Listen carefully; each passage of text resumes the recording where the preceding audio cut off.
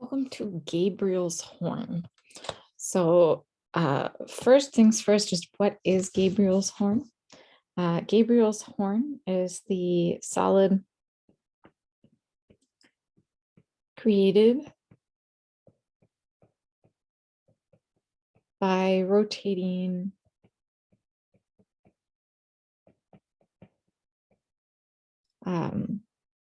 the graph of y equals 1 over x on the interval from 1 to infinity about the x-axis.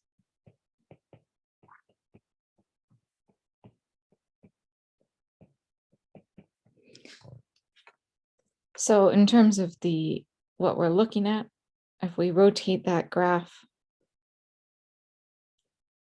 about the x-axis, we wind up getting sort of this long, infinite, narrow horn shape.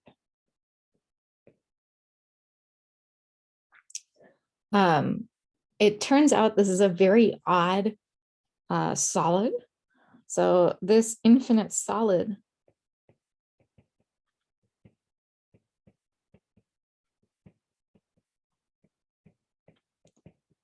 has a finite volume,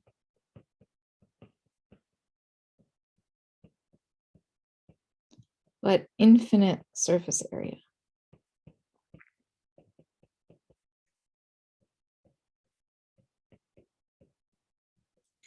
So we are going to prove this in this video, so which we will now prove.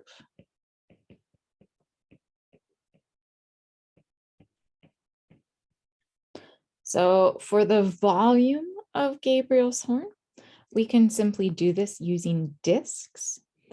So we have our 1 y equals 1 over x. You're going to take one cross section,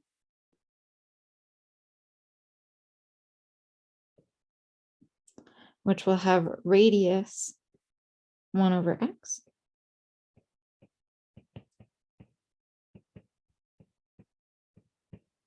And width dx.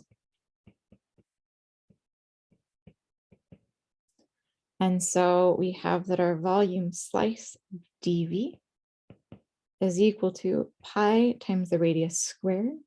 So pi times 1 over x squared times the width dx. So we have then that our volume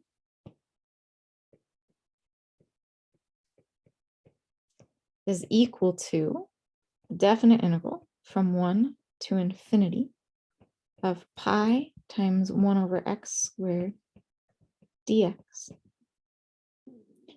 which of course is the limit as b goes to infinity of the definite of, I'm going to actually pull the pi out front, of pi times the definite integral from 1 to b of 1 over x squared dx.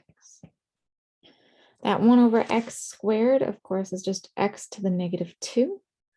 So that winds up going to the limit as b goes to infinity of pi times x to the negative 2 will go up to x to the negative 1, divide by a negative 1.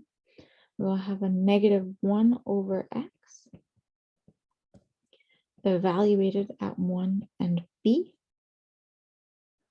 So we are looking at the limit as b goes to infinity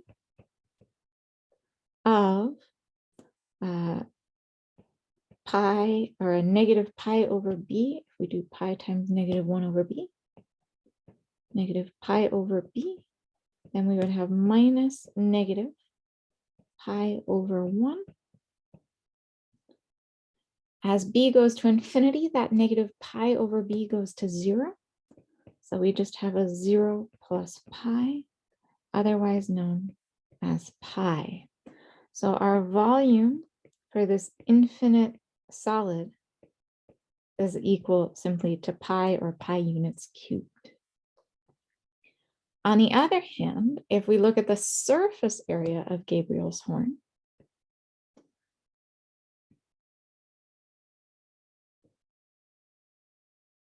we are rotating about the x-axis. So this is a case where surface area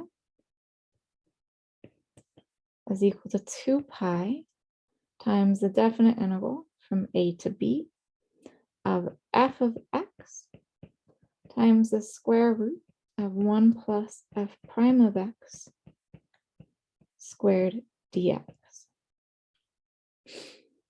In this case, our a is 1. We're going on forever to infinity. So we have a is 1, b is infinity. Our f of x is 1 over x, or x to the negative 1. So our f prime of x is a negative 1 over x squared.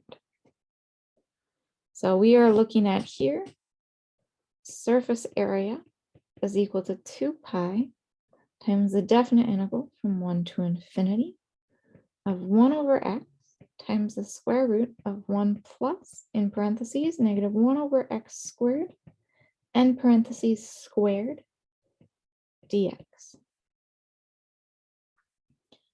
So we are looking at 2 pi times the integral from 1 to infinity of 1 over x times the square root of 1 plus 1 over x to the 4th dx. Now we can play a little trick here. We are working with an improper integral. We already know this is supposed to diverge. So just note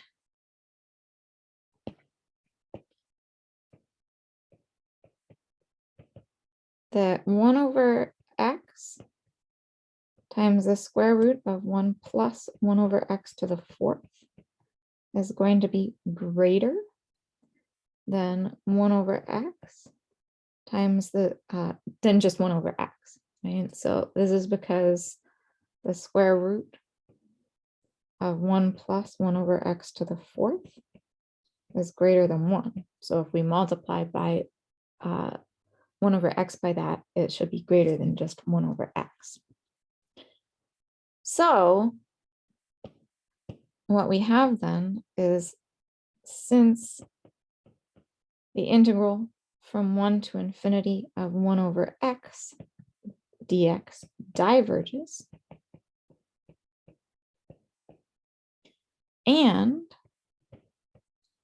since 1 over x times the square root of 1 plus 1 over x to the 4th is greater than 1 over x, then we get that that integral also diverges.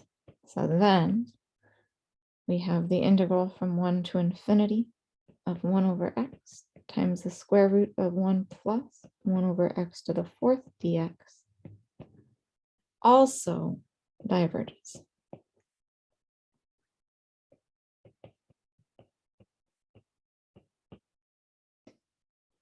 Therefore,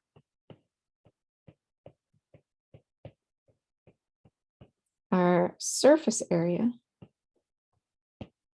therefore the surface area of Gabriel's horn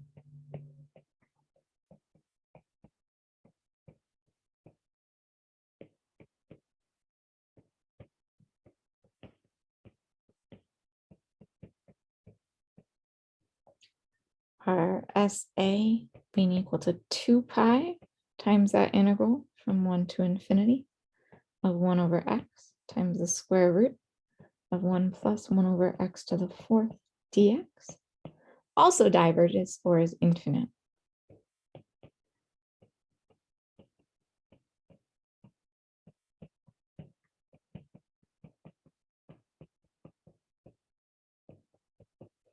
So in this case, this is a specific kind of odd solid which has infinite surface area and finite volume.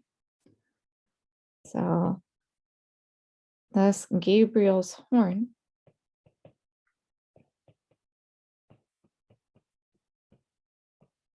has infinite surface area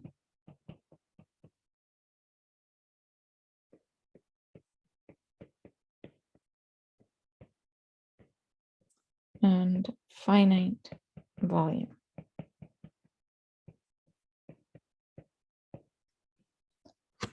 So just kind of a little fun, odd solid. Of course, in the real life, it doesn't really exist since this is an infinite solid. But in the realm where we can have infinite solids, this is an odd one, which has finite volume and infinite surface area. All right, in the next video, we're going to move on into our physics applications and look at work, and then we'll also do a little center of mass.